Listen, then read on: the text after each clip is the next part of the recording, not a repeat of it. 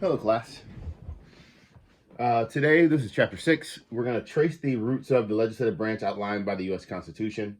We're going to characterize the demographic attributes of members of Congress and identify the factors that affect their chance for re-election. We'll assess the role of committee system, political parties, congressional leadership in organizing Congress. Identify three of the most significant powers of Congress. Analyze the factors that influence how members of Congress make decisions, and evaluate the strategic interaction between Congress, the president, and the courts. So, when we talk about Congresses, we have to talk about them in their, I guess their lineage is kind of how we would say.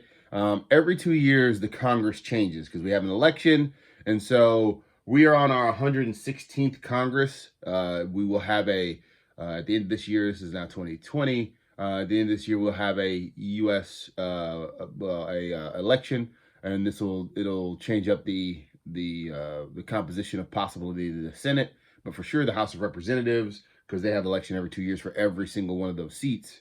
So when January 20th comes, and we have a changeover in power, the Congress will be different in some way, shapes, or forms. It's very rare, and I don't ever recall ever in history where Congress didn't change at least by one person, either by changing through election or passing away or retirement of a representative. So, without a majority, Congress must compromise to get their job passed. That's one of the things we realize over time. Probably in the modern times we've done this a little bit less, but that's actually the importance of what Congress does and how they get things done. Is a lot of times it's compromise that leads to the solutions of the day. So the structure of Congress. Congress is a bicameral legislature, meaning it has two chambers or two houses. We have those two chambers, the House of Representatives being the lower house and the Senate being the upper house. They're more evenly based in many understandings today, but the lower house is the House of Representatives and the upper house is the Senate. Most things need both chambers to complete an action. So most laws require a bill either start in the House and then go to the Senate, or start in the Senate and then go to the House, or they can start in both chambers at the same time and have to be reconciled at the end. And actually, in all those foundations, they have to be reconciled at the end. Probably the reason that we give so much attention, though, to the House of Representatives is because that's where all of the revenues bills must begin, which means all of our taxing bills have to start in the House of Representatives. So even though it's the lower house, it probably gets the most attention because of that factor. So let's move on. So the Senate, two representatives regardless of the state, the population of the state. So everyone is equal in the Senate. Everybody has equal representation. So again, we have 50 states currently, and so that's 100 representatives in the Senate. And then the House of Representatives, the number of representatives is determined by the population of each state. That's the allocation. But when it comes to our understanding of the total number, there's nothing that actually says that we should have 435 members of the House of Representatives. It is, ever since 1910, it's been that number, and it's been that number for over 100 years. We probably won't change it. Maybe if we were to one day add a state, but again, we're getting on to close to that 100 years of having 50 states, since Alaska and Hawaii were added. So I don't know if we'll even add states in the future. 50 is a solid number. I wouldn't call it, I guess it's a round number. So, but it's a solid number that resonates with many people. So I have some older pictures over here because both of the individuals on the sheet are no longer the positions that they have. So I probably need to update this. So just pay attention to the content more than the pictures. That's probably going to be true for a lot of the House of Representative members. But the House of Representative requirements: members of the House must be at least 25 years of age, must be citizens of the United States for at least 7 years, and must be the legal resident of the state they were elected. So those are the requirements for being a House of Representative member. It's actually fairly important that we understand that these requirements are kind of indicative of which chamber is the lower chamber and which chamber is the upper chamber, because the requirements are lower for the House of Representatives requirements are higher for the Senate. The Senate, you must be 30 years of age, must be a citizen of the United States for at least 9 years. So again, that's longer than the 7-year requirement for the House of Representatives. And you must be a legal resident of the state in which you're elected. So again, one of the things about the House of Representatives that is different from the Senate is it's not just in most cases, it's not just you must be a resident of the state in which you're elected. You must also live in the district. Now, that does not account for the states that only have one House of Representative member. If you're like Wyoming and you have 3 representatives total, 2 being senators and 1 being House of Representative members, as the House of Representative member of Wyoming, you represent all of Wyoming. So do the senators. They both represent all of Wyoming. If you're a House of Representative for the state of Georgia, there's 14 House of Representative members who represent 14 districts within the state. The senators, the 2 senators, represent all of the state.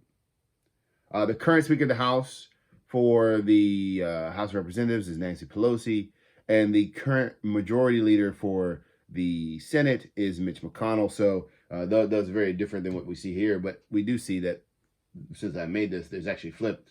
This the gentleman up here was a Republican, the gentleman down here is a Democrat. And now the person in power up here for the House of Representatives is the Democrat, and the person in power down in the Senate is a Republican. So there's been a flip since then, actually. So that's actually very interesting. In the Senate, you have a 6-year term. Was originally appointed by state legislatures, so states had the power to appoint senators. But again, we talk about the 17th Amendment, which gave the power to elect senators to the people rather than state legislators, which or legislatures either, which changes the balance of power between states and the national government. We elect 1/3 of our senators every 2 years, so we have 100 senators, and so 1 year we'll have 33, 1 year we'll have 33, and since we're not going to cut a person into thirds, we're going to have 1 year we're going to have 34. But that would be really interesting. Could you imagine, cutting people into thirds and electing somebody's like knees and somebody's torso and somebody's head? That'd be pretty interesting. Now I'm just weird. But the 17th Amendment changes a lot of the dynamics, but again, makes the senators elected by the people within their states rather than the legislatures of their state. The House of Representatives, 2-year terms. So every single election, these people are up for re-election or these seats are open to be contested. And so that's a little bit different than where we see with the Senate, because our House of Representative members often in that first year are going to be working to get the things done that the people want. But that second year, in modern times, we've seen a lot of people push for trying just to get reelected. So we've seen bills get pushed off, especially controversial bills. They get pushed off to after elections or get tabled for another date. And so in those election years, not as much gets done that is in non-election years. So elected by all eligible voters in their district by election.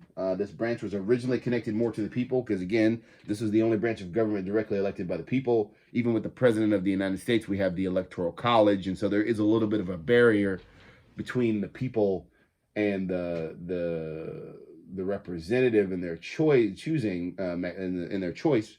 But here, these are directly elected by the people.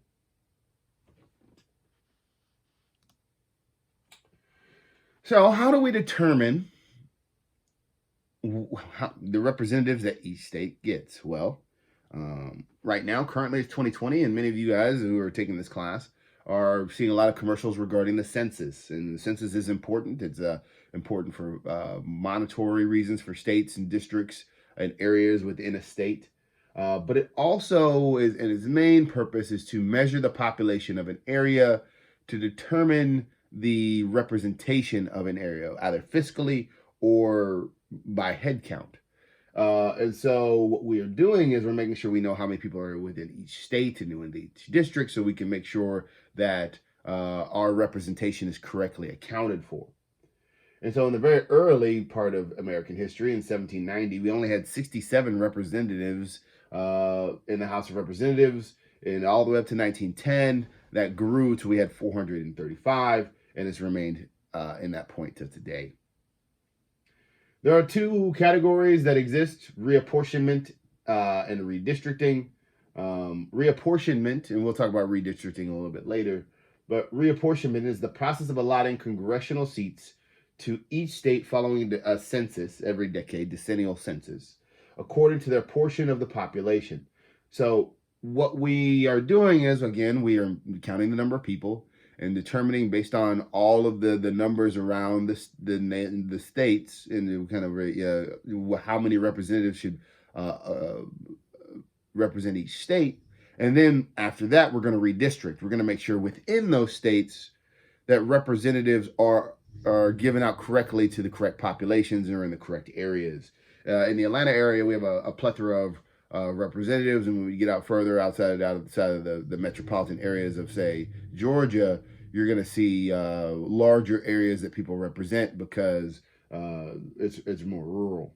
And so that's the difference between reapportionment, which is, again, the allocation to the states based on population, and redistricting, looking within those states to determine where the populations lie.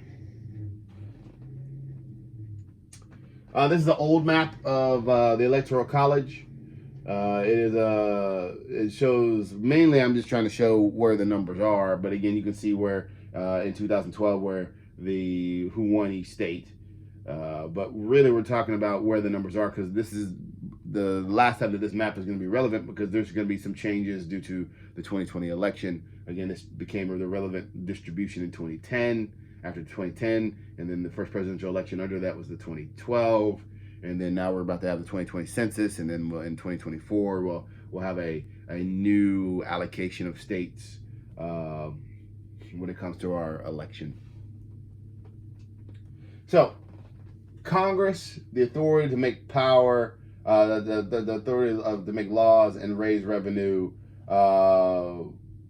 is okay. Let me say this. So what does Congress do is the big question. So what does Congress do? Congress is the central legislative body of the United States. Through its chambers, the House of Representatives and the Senate, they are going to create bills, which are proposed legislation, and debate them, turn them into laws. Propose them as laws. After debate, send them to the President of the United States to be approved, and if approved, those become laws. And those laws can be either regulatory, meaning creating an action or denying an action based on appropriateness and belief, or create a tax in order to bolster the government monetarily, or to create a project which helps an area of our government or the government itself do an action. And that's what Congress does. So it all starts with a bill. A bill is a proposed law. I am a big lover of the old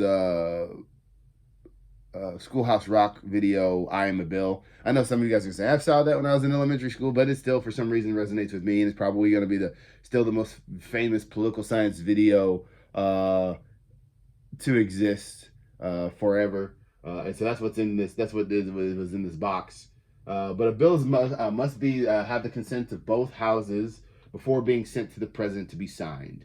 It goes through debate and so a bill. Say a bill. Let's see. Let me redefine it. So I have a bill video, so I'll redefine this.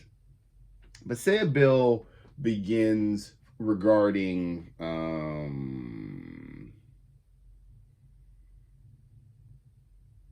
no, so we need an amendment to do that. So I'm kind of doing things off the cusp. Normally I have everything planned. So okay, I'll use the example. Okay, here we go. So when my mother-in-law was growing up, they did not require people to wear seatbelts in cars. And so, but there's a piece of legislation that changed that. So what you would do is somebody proposed and said, the safety apparatus in a vehicle is a seatbelt. It is designed to save lives because vehicle crashes, and we want to mandate that people wear them because it will save lives of adults and children traveling in a vehicle that's moving in a pace that could easily kill a human being, whether you're outside of it or inside of it. And so what you do is we write up a bill, and that would go to, once it was proposed to Congress, it would then go to committee, and that committee would be, that committee would then send it to subcommittee, a smaller group to do research over the appropriateness of the bill and how much the bill would cost. And in the sense of, mandating people to wear seatbelts, there's not much cost on the national level, but what happens is you're going to have local levels that will have to enforce. And so you might have local levels having to hire more police to put them on the roads to make sure people are wearing their seatbelts, so they can issuing tickets if people aren't.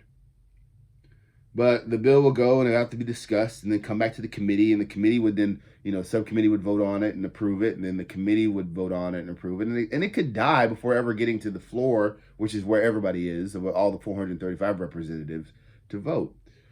And that's one of those things. So if a committee doesn't approve the bill or finds a fault with the bill, it might actually die before ever reaching a final vote on the session of the Congress, on the session of the House or the Senate, depending on where it started.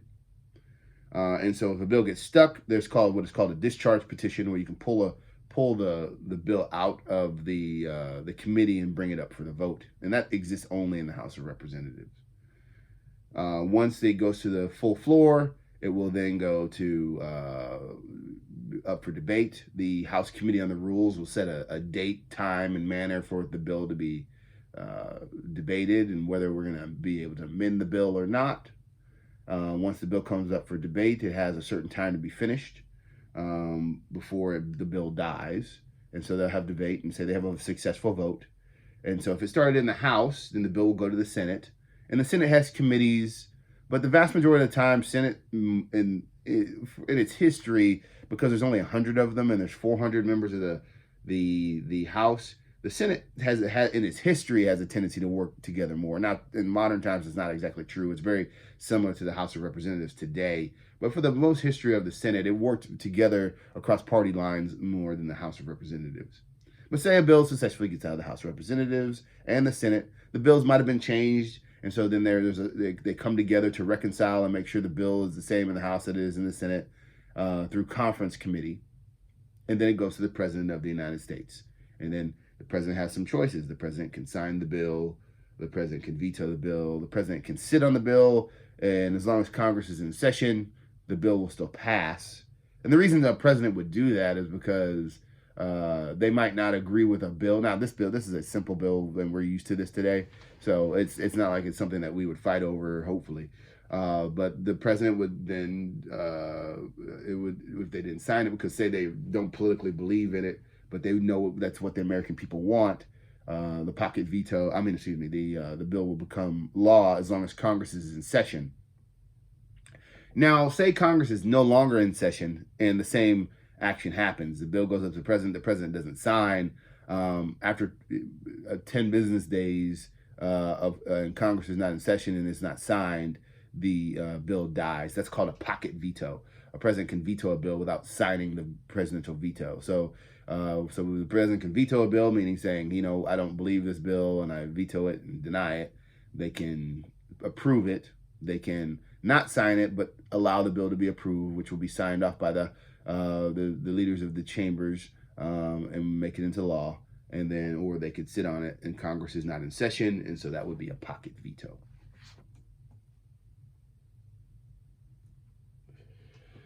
So what powers does Congress have? Well, they have the power to declare war. That's actually, even though the president through the War Powers Act has the ability to move our troops and deploy them for a limited amount of time, the ultimate authority to declare war in the United States is the Congress of the United States. Now, again, that does not seem the way it is, but that's actually what the Constitution says. Gain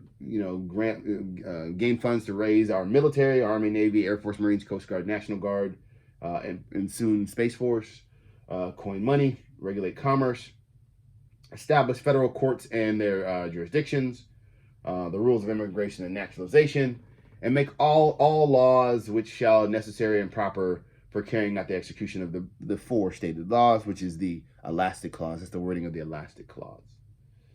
The necessary and proper. The elastic clause, which is the necessary and proper clause. Probably should use its regular name. Again, it has allowed Congress to manage its power and expand its range when needed. So our House of Representatives, again, can originate all bills This is blurred since both houses can originate most bills, but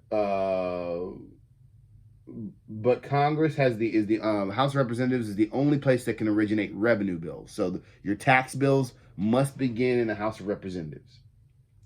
The House also has the power of impeachment. Impeachment is an indictment. That means there's enough evidence to charge a president or official with a crime. The power delegated to the House of Representatives in the Constitution to charge a president, vice president, or other civil officer, including federal judges, with treason, bribery, or other high crimes and misdemeanors. This is the first step in the constitutional progress of removing a government official from office. So again, an impeachment is just an indictment, enough evidence to charge you with a crime. If you've been impeached, that means you've been indicted for a charge, or criminal, or well, I guess it doesn't even have to be criminal, but a high crime and misdemeanor, treason, or bribery. So we have 3 presidents today who have been impeached. You have, Andrew Johnson, you had Bill Clinton, and then you had President Donald Trump. So those are the 3. We have not had a president removed from office under any impeachment indictment, but we've had 3 presidents be impeached as of now. The Senate can conduct impeachment trials. That means 2/3 vote on whether an official can be removed from office. That means, so you have if you were to kind of make it like a judicial trial, it would be, the first you have the charge, which is the indictment, the impeachment process, and then you have the finding of guilt. And the Senate is kind of the jury that determines whether there's guilt or innocence. And so you need 2/3 vote of whether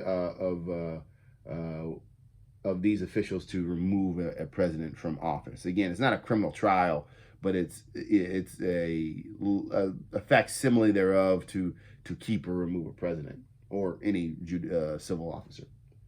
The Senate has sole authority to approve major presidential appointments, federal judges, ambassadors, cabinet and sub-cabinet members, and approve presidential treaties by 2/3 vote.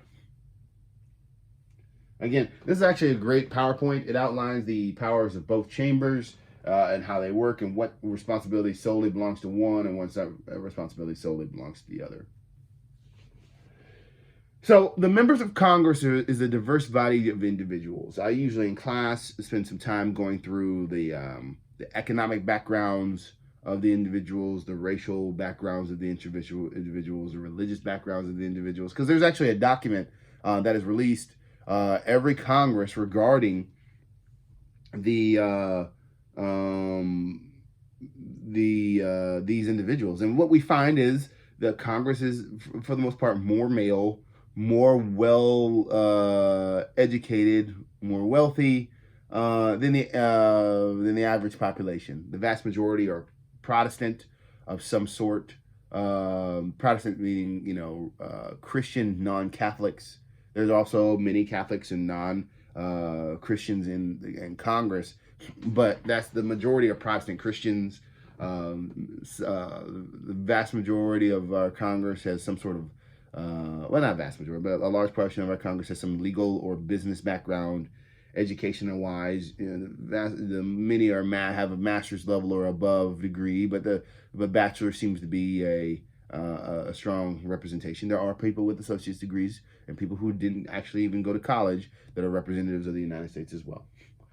We've seen a growth in women over the years through Congresses. Over the history, it usually goes up, but we saw a little bit of a wiggle in a couple years ago where we saw the first time that the amount of women actually went down, but it's actually probably slated to go back up again. So, but that's our Congress. Again, more male, more white, more educated, wealthier than the average portion of our population.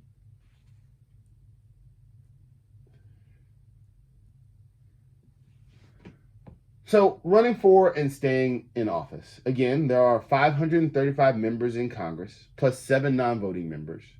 The 7 non-voting members are individuals of our territories or special districts, such as the District of Columbia. That's a special district. It resides in the United States, but if you're a representative of the District of Columbia, you don't get a vote in the legislature. You get representation for your people when it comes to they're voting for representatives on a whole, but when it comes to them voting for you as a legislator, because you're not a member of you're not a representative of a state, you don't have a say. And then we have the other representatives who come from the different territories of the United States. Incumbency, or already holding office, is a strong measure of your success. Name recognition, access to free media, districts drawn in your favor, all of these things benefit you as a representative, and they help you stay in office. Many times, 96% re-election across all levels. That's national, state, and local. One of the things that can benefit you is redistricting, but it also can hurt you. It depends on if seats are drawn in your favor or not. So redistricting is the process of redrawing congressional districts within a state to reflect the increases or decreases in seats allotted to the state. So within your state, we are determining again where people live and where they are, and we're going to shift the districts to make sure that they represent the same numbers of people. That's why if you look land-wise, a district in Atlanta is very small, and if you look at rural areas, the districts are very large because those districts encompass relatively the same number of people. Some states, most states use partisan legislatures to draw these districts, but many districts are some states have now turned to nonpartisan groups to draw these districts in hopes to create fairness in their allocation of people. There are ways that districts can be drawn in an illegal manner. Gerrymandering is the allocation of a district in an illegal manner. The drawing of congressional districts to produce a particular electoral outcome. So say we want a district to be all African American. We just circle all African Americans in a certain area and put them in one district. That's illegal if you're doing it to if the purpose is gerrymandering. There's some rules that have been created, and bolstering minority presence or creating a strong minority presence is not actually against the rules of gerrymandering. It's actually allowable, and I'll get into that a little bit later. But diluting a minority presence on purpose is discriminatory under rules and laws, and so that's illegal. So the drawing of congressional districts to produce a particular electoral outcome without regard to the shape of the district, that's illegal. Drawing oddly shaped districts and even shotgun districts where parts do not touch is also illegal. So there's some rules for redistricting. Congressional as well as state legislative districts must be appointed on the basis of population, so all districts must be relatively the same size. District lines must be contiguous, meaning one unbroken line. Purposeful gerrymandering on the congressional district to dilute minority strength is illegal under the Voting Rights Act of 1965. So again, you can't dilute minority populations. Redrawing the districts to enhance minority representation is okay, but cannot be the predominant purpose. So if we want to talk about a quick break here to talk about discrimination, because past discrimination existed, and it currently does as well, we haven't figured out a way to account for past discrimination without kind of creating a current discrimination. So if we make a rule, if there were past rules that harmed a group based on a race or a gender, the current rules that allow for benefits to people who have those characteristics is also discriminatory. And so I don't like the term reverse discrimination because it's stupid, because all discrimination is just discrimination. I think they're coining that term to make sure we understand that they're discriminating against the normal majority, which is white Americans, when it comes to race, but it could be males when it comes to gender. But what ends up happening is we're using a form of discrimination to try to address past discrimination, which is wrong, but we haven't figured out a better way to do it. So that's what they're doing. They're saying some discrimination, if it's discriminating against the traditional majority, is okay as long as it's not the predominant purpose, because we haven't figured out a way to address it without discrimination. Those are the balances there. This is the old Jerry Salamander, and actually this is the real Jerry Salamander here on the right. You see it kind of has a mouth up here and a body and a tail like a lizard.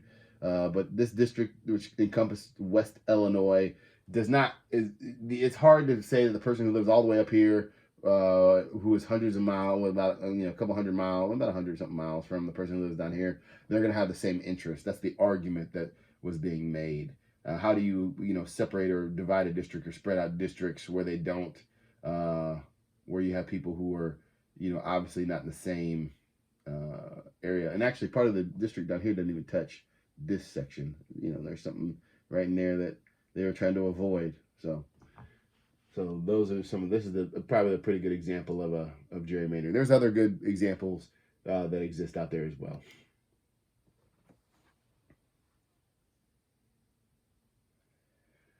So Congress has an organization. Congress is closely tied to our political parties. The majority party is the party with the most seats in Congress. The minority party is the party with the second most, because we actually have more than two political parties in our system. We just have two majority parties. So the party, we have the majority party, which is the party that has the most representation, and then we have the minority party, which is the party with the second most. There are 2 congressional sessions per Congress. So we are in the second session of the 116th Congress come January of 2021. We will be in the first session of the 117th Congress. So every 2 years, this slide in particular, and this PowerPoint in particular, becomes outdated.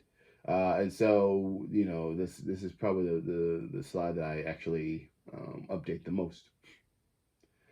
Each party first joins, each party, after each election, each party has what is called they're both conferences, but to differentiate which one is for which party, the Democratic Caucus and the Republicans Conference. And this is a time where they're going to do a couple of things. They're going to nominate the electing parties of officers. So this is where we determine who's going to be the Speaker of the House if you're the majority party, and the majority leader, and then on the minority side, the minority leader. We're going to review some committee assignments, again, put people on committees. We're going to discuss the party policy, impose some party discipline. Again, there are individuals or representatives who might be doing things their own way and not listening to kind of how the party would like things to go. And so we might take a committee assignment away from somebody. That would be party discipline. They're not harming anybody, but they're, the power that you had amassed through being on certain committees, you might lose your presence on those committees because you're not, pushing the agenda of a party. This is where the political aspect of being on Congress comes together, but you might not be doing the things that that need to be done as a member of the party in the party's mind, and so they might take those responsibilities away from you. Setting party themes and coordinating with the media. So this is what's done with the party. So again, the Republicans will do it and the Democrats will do it. These are usually, when it's on the news, they just say they're conferencing, but in the history, they've called it the Democratic caucuses and the Republican conferences. The House of Representatives is organized much tighter than the Senate, and a lot of that has to do with you're dealing with 435 people who all have some sort of responsibility. So the leader of the House of Representatives is the Speaker of the House. They also have a majority leader, but in the House of Representatives, because this person is the face of the House of Representatives, the most powerful person in the House of Representatives, whatever party is in power, the leader of the party is the Speaker of the House. The only officer of the House of Representatives specifically mentioned in the Constitution, they're in the line of succession. The chamber's most powerful position, traditionally the member of the majority party. In history, that has not always been the case, but in modern times, it will always be the case. Again, oversees the House business, official spokesperson of the House of Representatives. Again, we do have a majority leader who is the person under the Speaker. We have a minority leader who is the leader of the second largest party in the House of Representatives. And then we have the whips, the Democratic and Republican whips. Now, let me kind of just jump ahead real quick. Okay. That's the House of Representatives. Now, this slide is going to be all done, but we have a Speaker of the House, a majority leader, a minority leader, a majority whip, and a minority whip. This is completely wrong because not in Congress anymore, current minority leader, current majority leader, current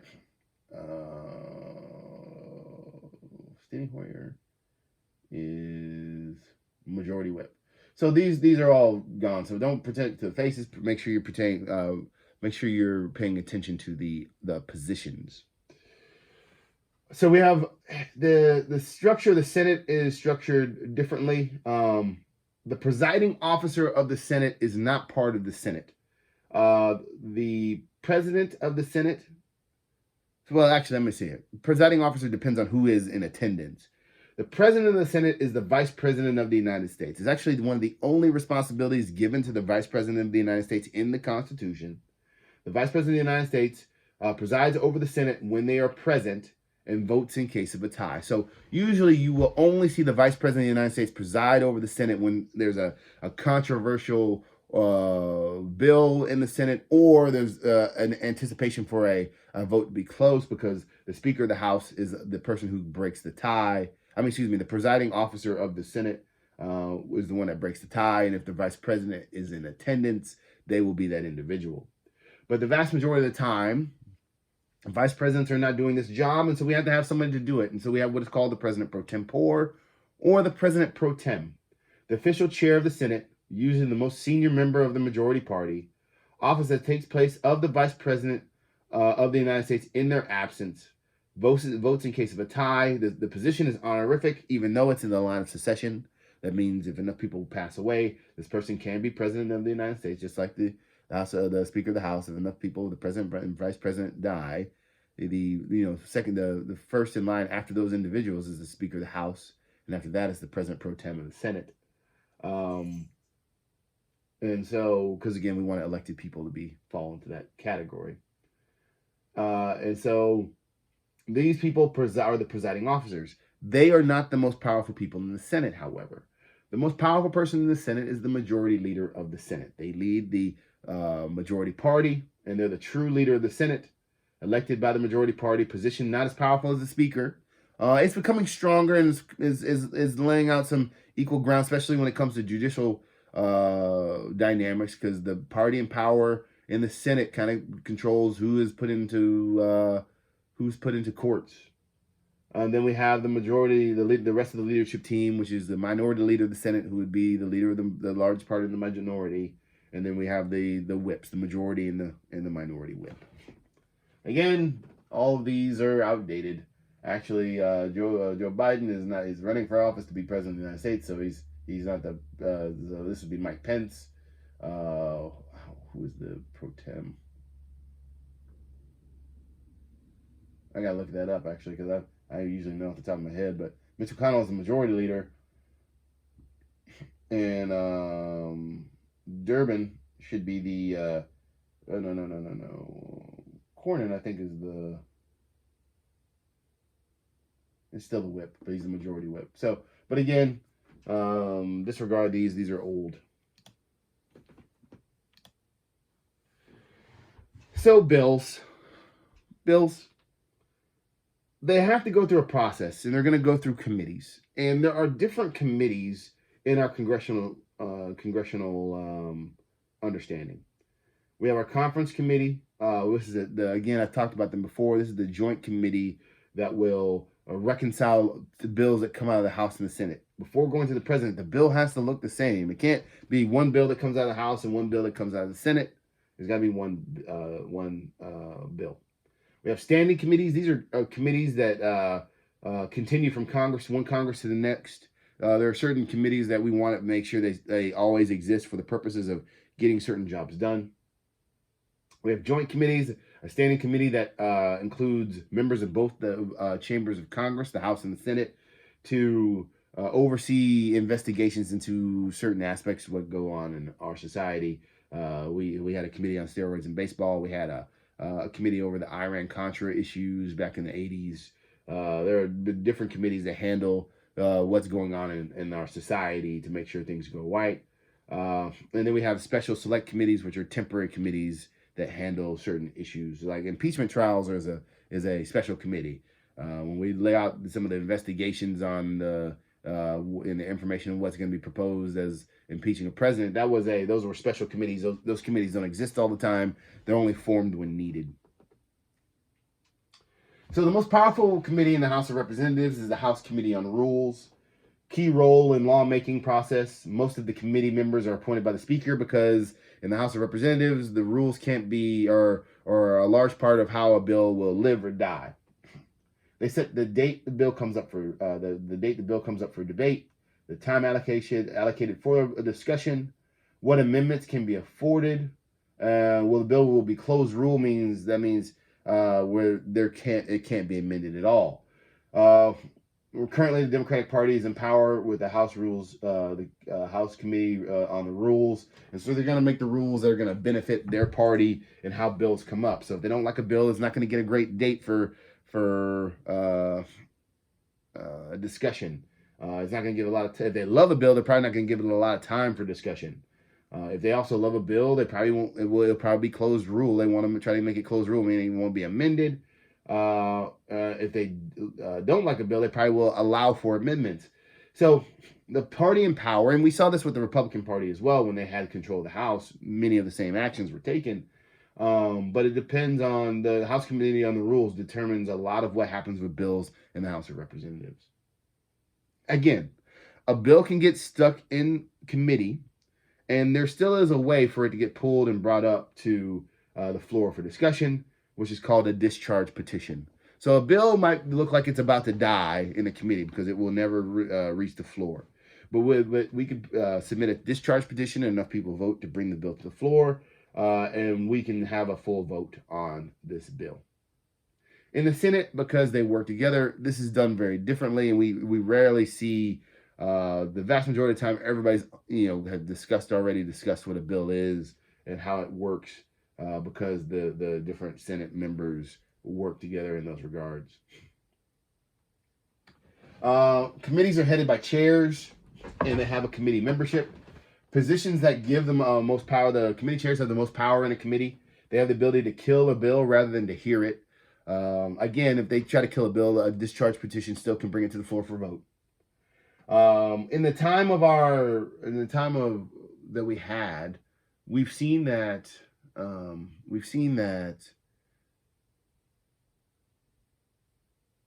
the majority person on a committee used to be the chair. That's how that used to be determined. But with politics and the political party structure becoming stronger, now it's based on kind of who the person, the Speaker in the House of Representatives appoints to be this position. So it used to be, a merit-based system where if the longest continuous serving member on the committee was the chair, no more. It's about who gets appointed to that position in modern times. Committee membership. Members of Congress often request assignments based on their own interests and expertise. Many times they seek to acquire those committees that give the prestige. The biggest committees that people always want to be on are appropriations and budget or ways and means. These are the money committees, the ones that talk about money. But you've seen in recent years that Veterans Affairs and has gotten a lot more attention. And other committees that used to not be what I call the sexy committees, the ones that everybody wanted to be on, have now in our current view of our nation, gained some attention. And so you see a lot more representatives clamor for positions on certain committees because they're now of interest to the American people. When it comes to the committees of power, the party in power has a tendency to take up the most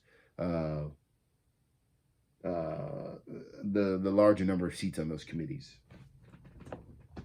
Again, all the committees, on the left is all the committees in the House, on the right are all the committees in the Senate. And again, there's a typo. I haven't changed this. Actually. What I can do. Yeah. I'll leave it on if I need to change that. This is 111, so I haven't changed that in like a decade. But we're in the 116th Congress, and every Congress is 10 years, so yeah, I haven't changed that in a decade. But you have all these committees on the left and all these committees on the right. 435 people oversee these committees. 100 people oversee these committees. That's why in the Senate you have a tendency to see a lot more people work together. In the House, because we have a larger net population, you can spread them across. But again, appropriations, armed services, budget, financial services. Again, anything that has to do with money, everybody wants to be on. Judiciary, people really want to be on because, again, it has to do with, the judges and how we do law, make laws. Oversight and government reform, rules.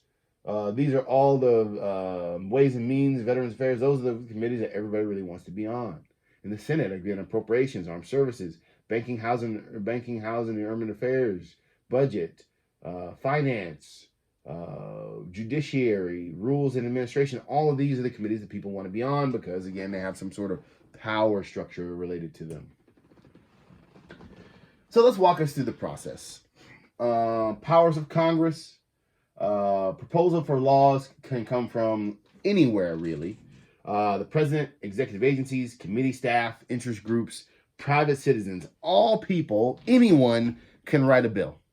But only members of of Congress, a member of the House of Representatives, or a senator are the only individuals that can propose a bill to actually start the process. So you have all these people who can write up a piece of legislation and want to be proposed, but only a House of Representative or member or a senator can officially propose a bill to Congress. We have President Obama was really probably bad about this. He always used to say, "I'm going to write up a bill that does this, this, and that." But he needed to at least have one member of Congress agree with him so it could get proposed to Congress to be discussed. And so those are the things that come into play there. Committee referrals. Each chamber has parallel process, and the same bill can come from both chambers at the same time. Again, unless it's a revenue bill, which means it has to start in the House of Representatives. Bills transferred from committee to subcommittee to be researched and revised. Votes for approval and defeat of a bill.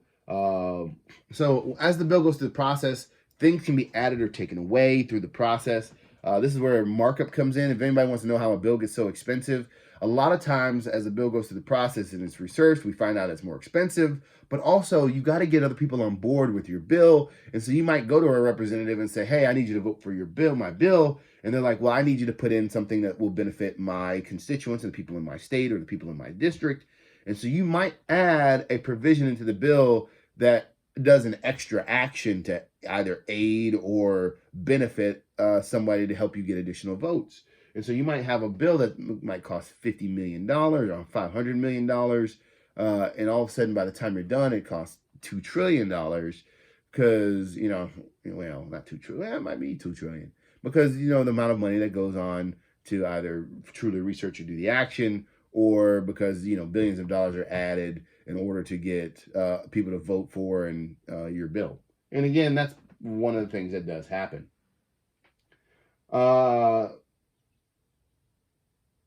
When it goes to the floor for debate, in the House, you can choose what's called a committee of the whole, which is actually not everybody, but 100 members can debate and make changes to the bill before bringing it to the full House. But when the full House votes, it's going to be determined. In the Senate, it's done differently. In the Senate, because, again, they work together, the vast majority of the senators know what's going on. But there are two measures in the Senate that can kill a bill. We have a hold or a filibuster. A hold is a tactic by which a senator asks to be informed before a particular bill or notion is brought to the floor. This request signals leadership that a member may have an objection to the bill or nomination and should be consulted before further action is taken. And that says, maybe we should address the issue before we vote. But if the issue is not addressed, you could end up with what's called a filibuster. That means if a senator obtains the floor, the speaking on the floor, they can use up the time that a bill needs to be voted on. So again, I told you, bills are given a certain time to be decided upon. So say we decide on, my birthday is February 23rd. So say by February 23rd, because my next one will be 2021. And so we're getting right there. It's February 20th. Or February, let's just say February, make it easy on the person so they don't have to talk for 2 days or 3 days. We say it's February 22nd, the end of the day on February 22nd. And I get the floor and I don't agree with the bill. I have the ability to hold the floor for as long as I want. I don't even have to talk about the bill. I could start talking about the bill and then break out and start reading from the phone book or anything. But it's a formal way of halting Senate debate on a bill by means of long speeches or unlimited debate. I'm going to continually talk and use up the time that the bill has. And if I get to the past that time where the bill was supposed to be concluded, the bill will die. There's no limit on content. Senators again have read from phone books, cookbooks, even recited poetry. Ted Cruz showed off. He was a senator from Texas. Showed off his children's artwork. Senators hope that this action will lead to the bill dying. That's what they're hoping. They're going to try to use up all the time that the bill has for debate. And if the bill is not decided by this as appropriate time, the bill dies. There is a means of stopping a filibuster, and that is through cloture. Cloture used to, and I'm going to leave it with 60, but cloture takes 60 senators to vote to end the filibuster. We now have modern cloture, which is just a simple majority, which is very sad, because it stops filibusters. Filibusters are almost the act of filibustering is almost dead now. But now you just need a simple majority, and if your party controls the chamber, you have a simple majority. So, oh well. But cloture is, I would say, and I hope it goes back to 60 senators are needed to end a filibuster. So once the bill goes through, it gets through Congress and is approved by both the House and the Senate, it will go to the final approval. Both the chambers of Congress will approve different versions of the bill. Bill differences are resolved in conference committee through compromise. If they do not agree, the bill dies. If passed, the bill will go to the president. Again, the president has 4 options. One option, the president will sign the bill and it will become law. The president has the ability to also veto. Veto is a formal constitutional authority of the president to reject bills passed by both chambers of the legislature, thus by preventing the bill from becoming law. But Congress can override the presidential veto with 2/3 vote in each chamber. We don't see overrides very often. We don't see we as the citizenry must want something if Congress is willing to override the veto of a president. Again, presidents can wait 10 days, even if the bill is not signed. The bill can become law as long as Congress is in session. And if Congress adjourns before 10 days are up, and the bill is not signed by the president, the bill will die. So those are the 4 options. The president can sign a bill. The president can veto a bill. The president can not sign a bill, but as long as Congress is in session, the bill will become law after 10 days. And if Congress adjourns before the 10 days are up, and the president has not signed the bill will also die. That is called a pocket veto. This diagram outlines the processes of how it would start, whether it would start in one chamber or the other, and go through the process. Congress has a lot of oversight responsibility. A lot of it has to do with budgetary concerns, money. Congress is the I used to say Congress is the wife of the government, and I don't want to use that, but so Congress is the money holder of the government. Whoever holds the money really holds the power in certain aspects, and so if something needs money and Congress is unwilling to give it such money, it usually doesn't have the ability to do what you want it to do. But Congress, along with the president, determine the budget of the United States. Congress determines how much money is to be spent. The president determines where it's going to be spent. Those are the 2 things. And so Congressional Budget Act of 1974, the act of establishing the congressional budget process by laying out the plan for congressional action on the annual budget resolution, appropriations, reconciliation, and any further revenue bill. Reconciliation is a procedure that allows consideration of controversial issues affecting the budget by limiting debate to 24 hours, thereby ending the threat of filibuster. So we have some issues where when we don't have we don't determine how much money we're going to spend in a year, we don't want filibusters to push that off and us not to have a budget. And so we've kind of limited that, although Congress has the ability to push the discussion further down the road. So there are those come into play. Pork and earmarks are 2 ways of expanding on how a bill can be, how much money can be spent on a bill. They both inflate the cost of a bill.